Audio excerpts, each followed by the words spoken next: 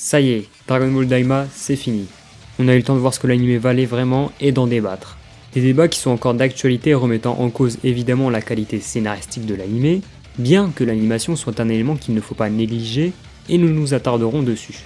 En bref, si je fais cette vidéo qui sort un peu de l'ordinaire et s'éloigne un peu d'une simple critique d'un manga ou d'un anime, c'est parce que les avis qui divergent et ceux qui sont majoritaires à propos de Daima me dérangent. Que ce soit avec ceux qui défendent Daima, ceux qui le détestent ou ceux qui détestent carrément la licence entière qu'est Dragon Ball. Et parmi ces individus, on a parfois des influenceurs avec une certaine notoriété et qui ont donc beaucoup plus d'impact sur l'opinion publique qu'un mec comme moi. Et d'ailleurs, je ne prétends pas du tout que je vais avoir raison sur ce que je vais dire dans cette vidéo. Je n'essaye donc pas de vous imposer une vérité qui semble absolue, comme vous l'aurez compris.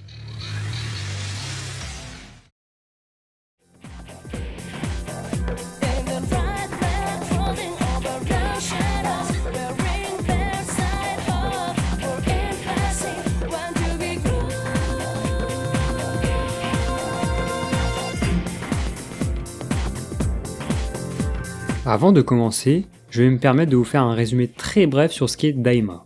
Car ceux qui ont pour but de cracher tout leur venin sur la licence Dragon Ball n'ont en général pas vu un seul épisode, et je me demande même s'ils connaissent vraiment le synopsis outre le fait que c'est Goku et ses amis qui deviennent petits. Je peux même aller plus loin jusqu'à me demander s'ils ont déjà lu un seul chapitre de Dragon Ball quand je lis certains avis. Mais bon, passons. Dragon Ball Daima se déroule quelques mois après la défaite de Majin Buu.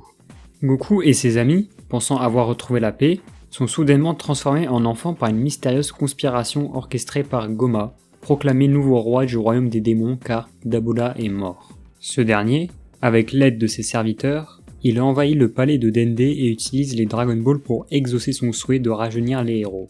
Privés de leur force adulte, Goku et ses compagnons doivent entreprendre un voyage dans le royaume des démons pour retrouver leur apparence normale à l'aide des Dragon Ball de là-bas. En effet, on y retrouve 3 Dragon Ball qui sont gardés par des gardiens avec une puissance beaucoup plus élevée que le précédent roi Dabura. Ces gardiens portent le nom de Tamagami, chacun ayant pour but de conserver une Dragon Ball. Il faudra que Goku et ses amis les battent afin de récupérer ces dernières.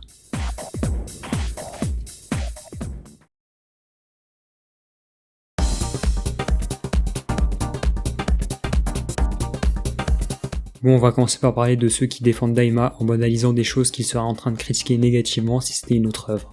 Je vais donc analyser cette vidéo de Riles qui s'intitule « Vous faites tellement semblant, entre parenthèses, Dragon Ball Daima fait parler ». Et cette dernière dure presque 16 minutes. Bon bah c'est parti, on va voir ce qu'il va dire à travers cette vidéo. Sauf que je pense que Daima aujourd'hui, je vais pas dire est un essai, est un bonus, est un cadeau. Et voici un autre passage où il dit ceci. En fait, moi j'estime Daima comme un bonus.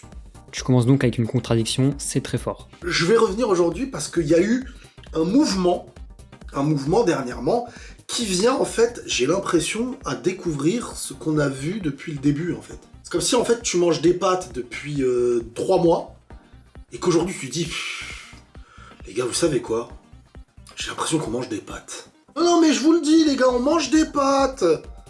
Et en vrai, mais le problème de Dragon Ball Daima, c'est qu'on regarde Dragon Ball Daima, et on nous met, je vais pas dire des incohérences, j'aime pas ces termes tout le temps, mais on nous met des choses qui nous perturbent, mais parce qu'on a vu Dragon Ball. Mais Dragon Ball Daima aujourd'hui, que je trouve... en fait, il faut savoir ce qu'on regarde, pour le regarder, et je vais pas dire apprécier, mais oui, apprécier. N'ayons pas peur des mots. Bon, on a beaucoup de choses qui ne vont pas. D'une part, je doute que Toriyama aurait réellement taffé dessus si c'était vraiment un bonus. Si tu m'avais sorti cet argument avec l'anime Super Dragon Ball Heroes qui permet de promouvoir des cartes, ça aurait marché. Vu qu'en effet, pour le coup, il est marqué à chaque début d'épisode que c'est un anime promotionnel. Mais là, c'est stupide de vouloir totalement mettre de côté les défauts d'une œuvre comme celle-ci. D'autre part, on a bel et bien un communiqué officiel de la personne qui gère toute la licence Dragon Ball actuellement portant le nom de Akio Ioku, disant que Daima est une suite officielle. Donc nier des incohérences et dire de ne pas se préoccuper de ces dernières est gravissime. Vous voulez littéralement banaliser les mauvaises décisions prises autour de la licence Dragon Ball, comme avec les problèmes qu'on peut rencontrer dans Dragon Ball Super. Pour regarder Daima, il faut mettre pause dans notre cerveau sur Dragon Ball. Et là vous me direz, bah alors ça veut dire que c'est nul. Si tu veux. Je dirais pas que c'est nul parce que si c'était nul, je n'aurais pas envie de regarder chaque vendredi. Je vous jure que personnellement, si je regarde, c'est parce que Dragon Ball est mon manga préféré. C'est vraiment la seule raison. Là, ton argument avec tout le respect est aussi pauvre que ta métaphore avec les pattes. Après, sur ce passage, ça reste ton avis perso, mais encore une fois, ne l'impose pas aux autres, notamment en écrivant des titres comme sur celui de ta vidéo. J'estime Daima comme un bonus. Et vous voyez, à chaque fois, c'est pour ça que des fois vous m'énervez, les gars, avec vos débats. Stop la suranalyse, le professionnalisme Dragon Ball Z, nous sommes des ingénieurs de Dragon Ball, c'est pas vrai. Dragon Ball Daima est un bonus sorti, qu'on classe ou qu'on met où on veut. Quand je dis où on veut, c'est canon, pas canon, canon, pas canon, canon, pas canon, on a besoin de savoir, mais c'est du manga, c'est une œuvre écrite. Ça y est, c'est fini Dragon Ball, ça, on se le dit depuis très longtemps, jusqu'à DBS. Pour moi, il n'y a pas de suite après la mort de Kid Buu et le tournoi avec Oob. Pour moi, il n'y a rien entre les deux. C'est-à-dire que la cohérence faite par Toriyama en son époque, elle s'est clôturée. Et derrière, c'est des cadeaux, c'est des bonus. On fait avec, et c'est tout. Et ça, c'est ce qu'il faut se dire. D'accord, Riles, tu estimes Daima comme un bonus. Mais comme je viens de te montrer qu'il y a des infos officielles qui nous permettent de nous faire comprendre que ce n'est pas le cas, pourquoi tu mets un titre universel en disant « vous faites tellement semblant ». Je pense que tu ne devrais pas imposer aux autres ta façon de regarder Dragon Ball Daima. Et Riles, franchement, t'as totalement le droit de regarder Dragon Ball Daima de la manière que tu veux. T'as aussi totalement le droit d'en avoir rien à faire du débat de si c'est canon ou non. Ou encore de considérer que les 42 tomes de Dragon Ball c'est la seule et unique œuvre qui a de l'importance et que le reste c'est cadeau comme tu dis. Je ne te force à rien du tout. Mais encore une fois, imposer cette vision aux autres revient à fuir des débats et à rendre simples des choses qui ne le sont pas. Le fait qu'on les ait rendus petits, c'est pour faire en sorte que les menaces et les problèmes qui vont exister aujourd'hui ne soient plus comparés à avant. C'est ça le truc. Parce que si c'est comparé à avant, autant les laisser grands. Donc le faire en sorte qu'ils redeviennent petits, c'est pour apporter des aventures. Je pense que tu dois savoir qu'il y a énormément d'éléments dans le lore de Dragon Ball qui ne sont pas expliqués ou exploités. La preuve, si tu as regardé Dragon Ball Daima, on obtient plusieurs informations comme la race du Kaioshin, l'anecdote sur les oreilles pointues, de pourquoi les Namek ont quitté le royaume, etc. Mais de là à dire que les rendre petits est égal à donner plus d'aventures, je ne comprends absolument pas ce que tu veux dire par là. Comme je viens de le dire, il y a tellement de choses à exploiter dans l'univers de Dragon Ball, et pourtant on dirait que la seule façon de donner du challenge aux protagonistes c'est de les rendre petits. Puis oui, trouver un nouveau synopsis pour une nouvelle histoire c'est ce qu'on appelle innover. Je ne pense pas que j'ai besoin d'expliquer ça. Même si ça reprend quand même un peu le concept de Dragon Ball GT, donc en termes d'innovation, j'ai vu mieux. Maintenant oui, c'est bâclé. Je vais pas vous mentir, c'est très bâclé. D'où le fait que je vous dis, moi je regarde ça comme je regarde un petit bonus. Un petit bonus, mais quand l'épisode est fini, je me dis pas... Waouh, mais attends, ces personnages et tout, machin... Donc tu confirmes que Dragon Ball Daima a des soucis, mais tu préfères les nier ? Je pense que sincèrement, s'il n'y avait pas marqué Dragon Ball, tu n'aurais pas eu cette opinion et cette mentalité d'en avoir rien à faire de la qualité. Mais tu peux avoir connu Dragon Ball et apprécier. Tout dépend ce que tu aimes. Ne vous faites pas influencer. Moi, je vais pas vous mentir, ça reste pas dans mon esprit. Mais j'aime pas cette volonté de se forcer à regarder pour avoir à se sentir intelligent et dire ah, regardez, ça n'a pas de sens. Parce que en 97, Jean-Yves Mikimoto est arrivé là-bas, il avait dit que... Alors je peux comprendre cette vision, Riles, et je pourrais même te dire que je suis d'accord avec toi. Sauf que quand je continue de lire un manga ou de regarder un animé, même si je ne l'aime pas, c'est vraiment en fonction de mon feeling. C'est-à-dire même si le reste est mauvais, il peut y avoir un élément qui me fait tenir jusqu'à la fin. Puis on va pas se mentir, c'est quand même mieux de regarder quelque chose jusqu'au bout pour pouvoir être légitime de parler de celui-ci. Vous pensez que le mec qui te sort Daima, aujourd'hui, je vais pas dire, est-ce que t'as cru qu'il s'est pris la tête? Non, ils se sont pas pris la tête. Ils ont mis un nouveau monde, ils ont instauré des choses, il y a des petits liens avec avant, on touche à un public enfant qui n'a pas trop connu, et on met du... Parce que si tu veux faire Goku, qui a pas peur de pistolet, qui a pas peur de... Mais en fait, ne le rends pas petit. Le rendre petit permet de créer une aventure et des dangers qu'un enfant dans lesquels il peut s'identifier. L'aventure de Dragon Ball un petit peu à l'ancienne, même si à l'ancienne, elle avait du sens. Donc là, tu essaies de nous apprendre que des enfants n'ont pas encore développé un esprit critique. Merci pour l'analyse, je pense que c'est évident. Mais est-ce que Dragon Ball Daima a déjà pour unique objectif de plaire aux enfants? En grande partie, oui. Mais quand on te dit que Daima est une suite canon à l'arc Buu avec marqué en gros Dragon Ball sur le nom de l'animé, ne t'étonne pas que les fans de la première heure viennent regarder. D'autant plus que c'est pas parce que c'est pour les enfants que ça doit être mauvais. Je ne vois pas pourquoi une histoire visant un public d'enfants peut être mal écrite et incohérente. Avec ce genre de logique, tu incites juste les nouvelles générations à ne pas se développer intellectuellement. Parce que s'il y a volonté de mettre de la profondeur, t'en mets un peu, c'est facile. En une soirée, là, tu le fais. Mais ils veulent jouer. on vous a redonné un peu de Goku, on vous a redonné un peu de Vegeta, et on a fait une petite œuvre très très courte, à l'image des 40 ans, combien d'années, je me rappelle même plus. Voilà, c'est le petit cadeau, Certains, ils te font un grand trailer récapitulatif à la Naruto pour les je sais plus combien d'années, et là c'est pareil. Sauf que là, on t'a offert une petite œuvre sympa. Alors oui, il y a eu de la communication et tout, mais c'est normal, on veut la vendre. Et les enfants au Japon, je pense que quand ils regardent Goku comme ça, ils se disent pas « Mais Goku ne peut pas être touché, c'est pas normal qu'il s'inquiète pour un pistolet, c'est pas... » Ils ont pas fait cette œuvre pour que tu réfléchisses et que tu compares avec Dragon Ball d'avant. En fait, c'est ça la réaction la plus intelligente, les gars. La réaction la plus intelligente, tu dis? Désolé, mais je trouve que ça donne un peu l'impression que tu prends les gens de haut avec tout le respect.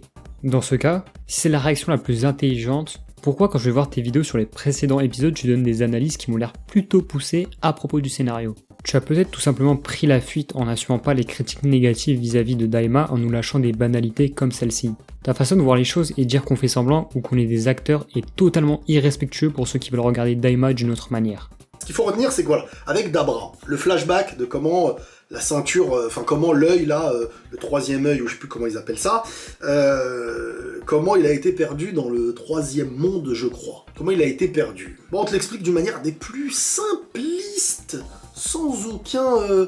on perd pas de temps. En 10 secondes... Ah d'accord, voilà, c'est comme ça que tu réagis. Ensuite, on te met comment ils vont réussir à récupérer cet œil. Et là, t'as une jeune fille du monde des démons qui va voir notre... je sais plus comment il s'appelle. Tu me donnes ta truc contre un petit bisou, ou je sais pas quoi. Et lui il dit, j'en veux pas de ton bisou. Par contre, ton chapeau... Et voilà. C'est plus de la facilité scénaristique, c'est qu'on veut te montrer qu'on est là pour rigoler. Oui, Riles, comme c'est Toriyama qui a travaillé sur l'écriture de Daima, on a eu le droit à de l'humour comme on pouvait avoir pour les premiers arcs de Dragon Ball. Je n'ai rien contre ça et ça fait même très plaisir. Mais si c'est totalement absurde et incohérent, je ne vois pas en quoi ce n'est pas critiquable. L'histoire de comment ils ont perdu le Oculus tertiaire est complètement illogique. Qu'est-ce qui empêchait Dabla d'aller le chercher lui-même sachant que le sbire qu'il envoie connaît aussi le code du coffre permettant d'y accéder? Ok, à la limite, il se fait repérer en train de voler l'Oculus tertiaire. Mais qu'est-ce qui empêche Dabla par la suite de le placer sur son front pour après dominer tout le monde et s'auto-proclamer roi du royaume des démons? Ce genre d'incohérence pose ainsi problème et peut faire sortir du récit. Et bien que Dragon Ball est un manga qui a ses touches d'humour, il a aussi une histoire qui se doit d'être bien écrite et qui explique pourquoi on aime ce dernier. Et si tu le regardes comme ça maintenant, bah tu te dis, allez, jusqu'où ça va aller, voilà, merci, au revoir. Ah, ça on se rappelle Dragon Ball avant, voilà. Bah là, ils nous ont fait un petit bonus. Ça vous fait bizarre parce que j'utilise des termes très très simples au lieu de venir vous dire alors non mais en fait l'incohérence de ce truc parce que les cheveux de machin, il parle pas d'un mec parce qu'en 77 il avait dit que machin. Vous voulez obligatoirement lier tout ce qui est fait dans votre historique, dans votre en vrai ça y est, ne vous prenez pas la tête. C'est le meilleur conseil que je peux vous donner. Oui mais Riles, tu respectes pas l'œuvre machin, mais c'est leur volonté, c'est pas moi. Dans le fond, tu n'as réellement pas tort sur ça, Riles. Sur le fait qu'il s'en fout de ne pas respecter l'œuvre. Mais l'objectif principal, c'est déjà de se faire des sous. Et avec Dragon Ball, il y a de quoi faire. Après, de là à dire qu'ils ne doivent pas respecter l'œuvre et que c'est leur objectif, c'est juste incroyablement fou. Sachant que le mangaka de Dragon Ball, Akira Toriyama en lui-même, a travaillé sur le scénario de Daima. S'ils voulaient vraiment en avoir rien à faire de ne pas respecter l'œuvre, je ne pense pas qu'ils auraient fait appel au service de Toriyama. À la limite, ils auraient besoin de son aide pour le chara-design des personnages principaux, mais c'est tout. J'espère que vous avez compris ce que je veux dire. Arrêtez de vous prendre la tête. Arrêtez de vous prendre la tête. Si vous n'avez pas compris que Daima est un petit bonus d'anniversaire de Dragon Ball et que vous cherchez les plus grandes cohérences pour le glisser dans du canon, ou alors ne pas le glisser, ou vous dire c'est pas canon ou c'est canon, et que c'est logique ou pas logique que Goku âgé de 6 ans, en vrai on en fait ce qu'on veut, ça peut être logique, comme ça peut ne pas être logique. Quand dans la diminution, qu'est-ce qui a été diminué, qu'est-ce qui n'a pas été diminué, pourquoi ils volent pas, pourquoi ils se transforment pas, pourquoi... Bah oui mais... Vous réfléchissez à une chose qui demande pas à réfléchir. Bon, à la fin de ta vidéo, tu ne fais pratiquement que répéter ce que tu as dit avant, et je l'ai déjà débunké. Je pense que tu n'as pas assumé la surcharge d'incohérences et de choses illogiques qu'il y avait dans Dragon Ball Daima. Tu t'es donc dit que je vais banaliser ces mauvaises choses en disant que cet animé est juste un bonus. Et ce qui me fait encore plus dire ça, ce sont certaines de tes vidéos que tu as publiées avant celle-ci, où tu as l'air de quand même vachement pousser l'analyse à propos de divers épisodes de Daima. Sincèrement, je n'ai absolument pas compris l'intérêt de ta vidéo de presque 16 minutes, où tu ne fais que répéter ce que tu dis, et qui de plus est extrêmement pauvre niveau argumentation. Tu as peut-être voulu faire une vidéo où tu disais ce que tu avais sur le cœur à propos de Dragon Ball Daima, et de comment tu regardais l'animé selon toi, et franchement, t'as totalement le droit. Mais par contre, tu n'es pas en droit d'imposer ta manière de faire aux autres en lâchant des phrases du style « c'est la réaction la plus intelligente à avoir ». Même si c'est ta chaîne secondaire, tu restes une personne influente avec quand même plus d'1 million d'abonnés, et donc lâcher des arguments comme ça c'est totalement absurde. Comme vous avez pu le voir, dans cette partie j'ai surtout analysé la vidéo de Rayles. Et cette dernière pour moi était un exemple parfait permettant de vous illustrer les personnes qui veulent banaliser la nullité qu'on peut voir dans Dragon Ball Daima. Maintenant, attardons-nous sur les détracteurs de cet animé.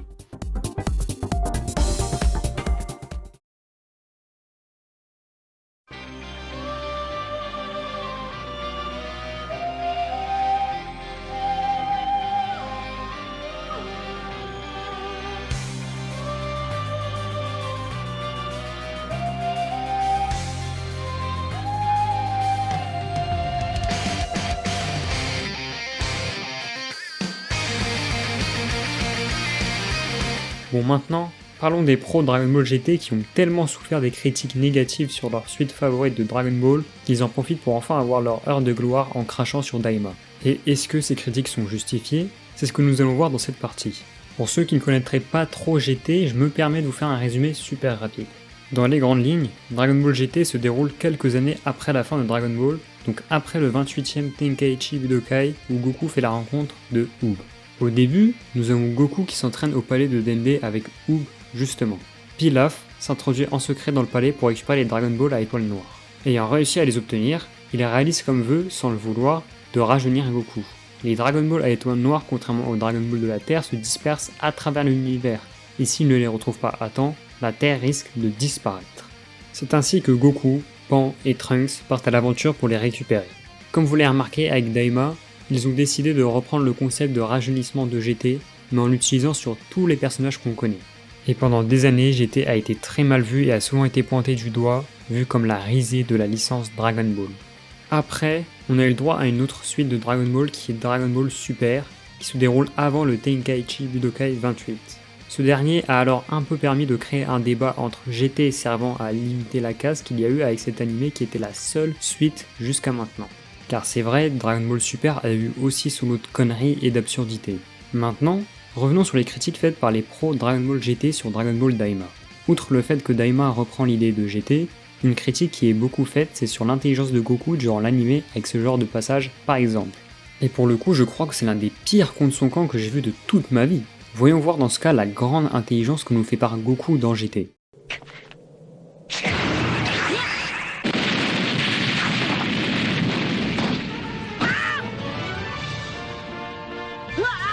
On a même un autre passage où Goku lance un Kamehameha x10 sur Super numéro 17, alors que cet abruti juste avant avait compris qu'il lui absorbait son ki comme avec Dr Gero. Voilà un exemple typique de ce que les fans de GT peuvent reprocher à Daima, alors qu'on peut retrouver exactement les mêmes défauts dans leur animé. Prêt à mentir pour se donner raison, c'est juste pitoyable. À l'image de ce mec sur Twitter ou X du nom de Sasori, qui comme vous pouvez le voir aime beaucoup Dragon Ball GT. Tellement à fond dans GT qu'il serait prêt à mentir pour rendre canon l'animé qu'il aime tant si on lit ce post de lui. L'heure de rappeler aux haters anti-GT que le terme canon n'existe pas au Japon, que c'est un terme utilisé pour les comics aux US, repris à tort par les Européens pour les mangas. Voilà la fresque de la Shueisha et de la Toei pour la timeline officielle sur l'univers Dragon Ball. Alors déjà le mec affirme avec certitude que le terme canon, donc canonique, n'existe pas au Japon. Excusez-le, apparemment il a fait japonais LV1. Je suis japonais, Tomo, je suis fils du soleil levant. Arigato. Et ensuite, j'ai juste à aller faire un tour sur ChatGPT et il m'a clairement confirmé que ce que tu disais était faux. Qui plus est, l'IA m'a redirigé vers un site japonais pour me montrer sa source. Et regardez ce que ça me donne quand je traduis la page qu'il m'a envoyée avec la définition du mot Koshiki qui est donnée. Même si la traduction de Google Trad est mauvaise, on a clairement le concept du terme canonique qu'on retrouve. Alors c'est vrai que de base c'est un mot qui est utilisé en Occident et comme on a pu le voir sur le screen de ChatGPT, le terme canon existe mais sous une autre appellation avec quelques notions différentes. Mais la notion de suivre une trame narrative concrète est bien dans la définition du mot. Voilà donc, avant de faire un post, normalement on fait des recherches et on évite de se ridiculiser devant la terre entière comme tu viens de le faire. Et puis ta frise, même si elle est officielle, c'était juste une frise qu'il y avait dans un événement à Tokyo en 2017. Après ça, elle n'a jamais été réutilisée. Par exemple, à aucun moment on ne peut la voir sur le site officiel de Dragon Ball. Mais bon, je ne sais pas pourquoi je perds mon temps alors que je pourrais juste te balancer l'interview officielle de Akira Toriyama qui dit que GT est une histoire parallèle. Voilà, moi au moins je suis parti faire des recherches pour pousser mon analyse jusqu'au bout.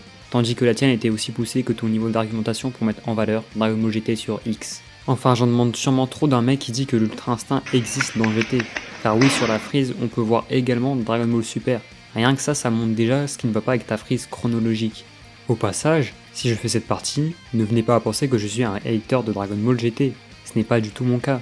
Même si je regardais quand j'étais petit, je n'ai pas eu d'attachement aussi fort qu'avec Dragon Ball tout court ou d'autres licences manga. Mais je suis très loin d'être un hater de GT. Pour vous prouver ça d'ailleurs, il y a plein d'autres arguments pouvant mettre en valeur GT si on le compare à Daima. Par exemple, on peut mentionner le fait qu'on ait juste beaucoup plus d'enjeux dans GT. Parce que bon, certes, dans Daima, ils doivent retrouver leur taille adulte, mais expliquez-moi en quoi ils ont eu de grandes difficultés pour arriver jusqu'à Goma. Les Tamagami se sont fait éteindre, et Dende, on se demande si c'est vraiment un otage tellement ils en prennent soin. En résumé de cette partie, malheureusement certains projetés sont prêts à mentir pour mettre en valeur leur animé, et à mentionner des défauts de Daima qu'on retrouve aussi dans GT. C'est juste totalement hypocrite de leur part.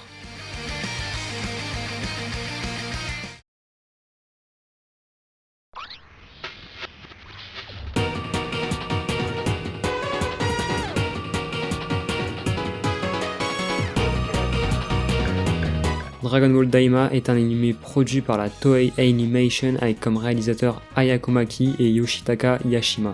Comme animateur clé, on a Naotoshi Shida qui a travaillé par exemple sur l'animation du combat de l'épisode 8 entre Goku et le Tamagami 3. Et à la direction artistique, nous avons Katsuyoshi Nakatsuru. Pour l'animation des épisodes de Dragon Ball Daima, je l'ai plutôt trouvé très bonne, voire excellente. Notamment pendant l'épisode 19 où Goku montre toutes ses transformations devant Goma, comme il l'avait fait avec Majin Buu. Où on a encore le combat entre Goku et le Tamagami 3 et le Kamehameha de Goku Super Saiyan 4 du dernier épisode. Ces passages étaient magnifiques. Soit dit en passant, pour la direction artistique de Goku Super Saiyan 4 qui aura fait débat dans la communauté, personnellement, je l'ai plutôt trouvé stylée et très belle. Et j'ai bien aimé aussi le délire des gros avant-bras pour pousser jusqu'au bout le lien avec le côté singe des Saiyans. Maintenant, revenons à nos problèmes. Le souci, si vous émettez ce genre d'avis sur l'animation et la direction artistique de Daima, sachez que les gens vont vous faire dire des trucs que vous n'avez jamais dit, comme si vous pensiez que tout ce qu'il y avait dans Dragon Ball Daima était bien. Alors qu'à aucun moment on ne parle du scénario ou quoi, on parle juste de l'animation et de la direction artistique. Mais bon, apparemment parler en bien de ces choses reviendrait à dire qu'on défend tout ce qu'il y a dans Dragon Ball Daima, et cette remarque que je fais marche très bien pour ceux qui aiment le manga Dragon Ball et ceux qui le détestent. Malheureusement, aujourd'hui, sur les réseaux sociaux, on est obligé de dire que quelque chose est masterclass trop bien, ou d'essayer de faire comprendre que cette œuvre est la pire création de l'histoire de l'humanité. Il n'y a jamais de juste milieu, c'est soit tout est noir, soit tout est blanc. Sinon, j'ai encore un autre truc plutôt marrant dans le même délire qu'avant. C'est qu'il y a aussi certaines personnes qui ne savent pas faire de distinction entre animation et direction artistique. Bon, je vous remets les deux définitions côte à côte, même si je pense que la majorité savent faire la différence, hormis quelques individus qui ont le culot de parler de ce genre de sujet. À présent, regardez cette conversation que j'ai eue sur X. Une meilleure animation que Daima alors que c'est sorti il y a 32 piges. Direction artistique n'est pas égale à animation. Ça va de pair, MDR, dans tous les cas c'est plus beau. Ce à quoi je réponds qu'il fallait qu'il parle de direction artistique dans son post et non d'animation. Et vous savez ce qu'il m'a répondu ? Juste un non. Vous avez ici l'exemple typique d'une personne sans aucun argument qui veut juste tacler une œuvre comme si celle-ci lui avait fait quelque chose. Bref, ne pas savoir faire la différence entre le scénario, l'animation et la direction artistique en 2025, c'est quand même très grave.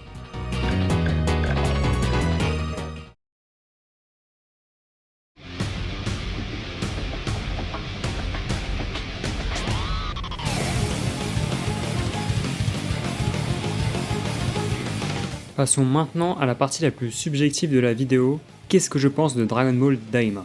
Je ne vais pas vous mentir que dans la finalité, j'ai été déçu. Et mon opinion vis-à-vis de ce dernier a empiré d'épisode en épisode. En effet, j'étais plutôt optimiste dès le début de Daima. On avait des personnages nouveaux comme Glorio et Arinsu qui étaient plutôt mystérieux et potentiellement intéressants à développer. Il y avait aussi de quoi faire avec le Kaioshin, on connaissait peu d'éléments sur sa propre vie, et le fait qu'il puisse enfin être mis en avant ça aurait pu raconter des choses intéressantes, notamment sur sa relation avec son frère et sa sœur, Degesu et Arinsu justement. Mais tout ce qu'on a eu au final, c'est que Degesu voulait profiter de sa relation avec Goma pour tenter de prendre le trône, et Arinsu avait le même objectif, sauf qu'elle a utilisé l'alternative des Dragon Ball. D'ailleurs, move très débile de sa part, je ne sais pas pourquoi elle a fait confiance à Glorio en le laissant apprendre le Namek, vu le peu de choses qu'elle fout à rester dans son siège, elle aurait pu le faire elle-même. Et c'est pas comme si elle avait littéralement deux phrases à apprendre qui sont la phrase pour faire apparaître le dragon et la phrase avec sa requête. En parlant de choses débiles, on a eu un énorme manque de respect envers mon personnage préféré qui, pour moi, a le développement le plus intéressant de tout Dragon Ball avec Vegeta, je parle évidemment de Piccolo. Ce dernier s'est littéralement fait humilier dans Daima. Entre l'incohérence ultime qu'il y a sur le fait qu'ils ne comprennent pas le Namek, alors qu'il a fusionné 2 fois avec des personnages de la même race que lui dans le manga, dont un qui habite au bled, ça le fait juste passer pour un imbécile. Très clairement, faut dire les choses. Mais surtout, ce qui m'a énervé, c'est le moment où il doit frapper Goma dans la nuque plusieurs fois. C'est vraiment son moment de gloire, vous voyez. Et bien évidemment, ça ne passe pas car Goma arrive à lui placer un coup juste à temps. Par contre, Majinku avec son vieux livre... Bref, les images parlent d'elles-mêmes. Globalement, dans Dragon Ball Daima, on a eu quelques infos sur le fonctionnement du royaume des démons dans son ensemble, mais sans pour autant avoir une histoire et des personnages qui dégagent quelque chose. Même la transformation en Super Saiyan 4 ne raconte rien. Au moins dans GT, on avait un lien avec l'origine de la race des Saiyans. Et ce qui renforçait encore plus cet aspect, c'était que l'antagoniste durant la première apparition de la transformation était Bailey, un Tsuful frustré ayant développé une haine envers la race Saiyan car cette dernière a massacré son peuple. Ce qui est plutôt compréhensible pour le coup, mais ce dernier agit d'une façon extrême. L'apparition du Super Saiyan 4 dans Dragon Ball GT était clairement cohérente vu qu'elle fait le lien avec l'origine des Saiyans. Dans Daima, on n'a rien, on a juste Neva qui vient redonner de la force à Goku, puis il se transforme. Et pour les explications de comment il l'a eu, c'est « je me suis entraîné, mais j'étais pas certain que ça allait marcher ».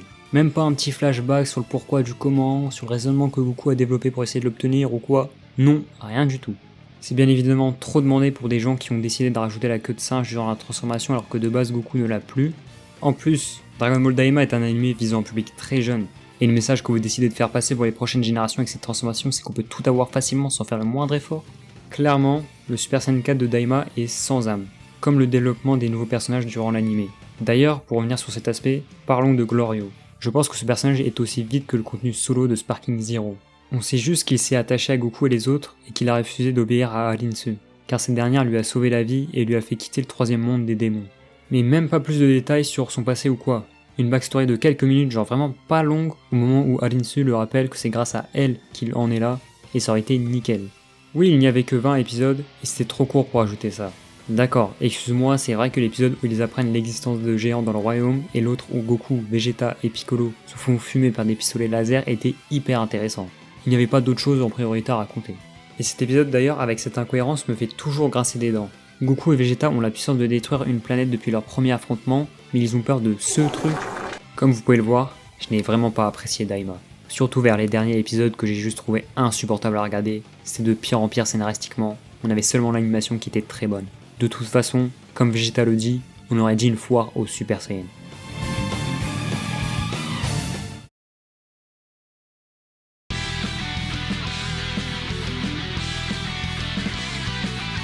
Voilà tout ce que j'avais à dire à propos de la vague d'hypocrisie qu'il y a eu autour de Dragon Ball Daima. Si je peux donner un conseil, ce serait qu'il faut éviter de se faire influencer par les réseaux sociaux, essayer de nuancer et de prendre du recul. Que ce soit avec ceux qui aiment un peu trop Daima et qui inventent des qualités à ce dernier qui n'existent pas, ceux qui préfèrent une autre suite de Dragon Ball telle que GT et qui critiquent négativement des aspects de Daima qu'il y a aussi dans leur animé sans pour autant les souligner, ou encore ceux qui parlent de Dragon Ball et qui taclent la licence entière juste parce qu'ils n'aiment pas car c'est potentiellement mainstream. En bref, on peut parfois avoir des avis neutres et ne pas toujours être dans les deux extrêmes. Mais à l'inverse, on peut aussi être d'un côté ou d'un autre, mais il faut aussi savoir de temps en temps se forger sa propre opinion. Et ce n'est pas parce qu'on dit qu'un élément est bien dans une œuvre qu'on défend tout ce qu'il y a dedans corps et âme, et vice versa. De toute façon, je le dis et je le répète, mais aujourd'hui sur les réseaux sociaux il faut soit dire qu'une œuvre est banger masterclass, ou alors dire que c'est la pire chose que vous avez lue ou vue dans votre vie. Mais il n'y a jamais de juste milieu. Je n'ai pas aimé Dragon Ball Daima, certes, mais stop l'hypocrisie et analysons les choses comme il faut, que ce soit positif ou négatif. Et évidemment, je ne vous empêche pas d'aimer Daima, continuez de le faire et de regarder encore les épisodes si vous voulez. Vous pouvez très bien regarder sans vous prendre la tête, mais ne jugez pas ceux qui font l'inverse, et de même pour ceux qui ont passé un mauvais moment devant Daima. C'est clairement possible de critiquer Dragon Ball Daima sans juger la manière dont les autres regardent cet animé.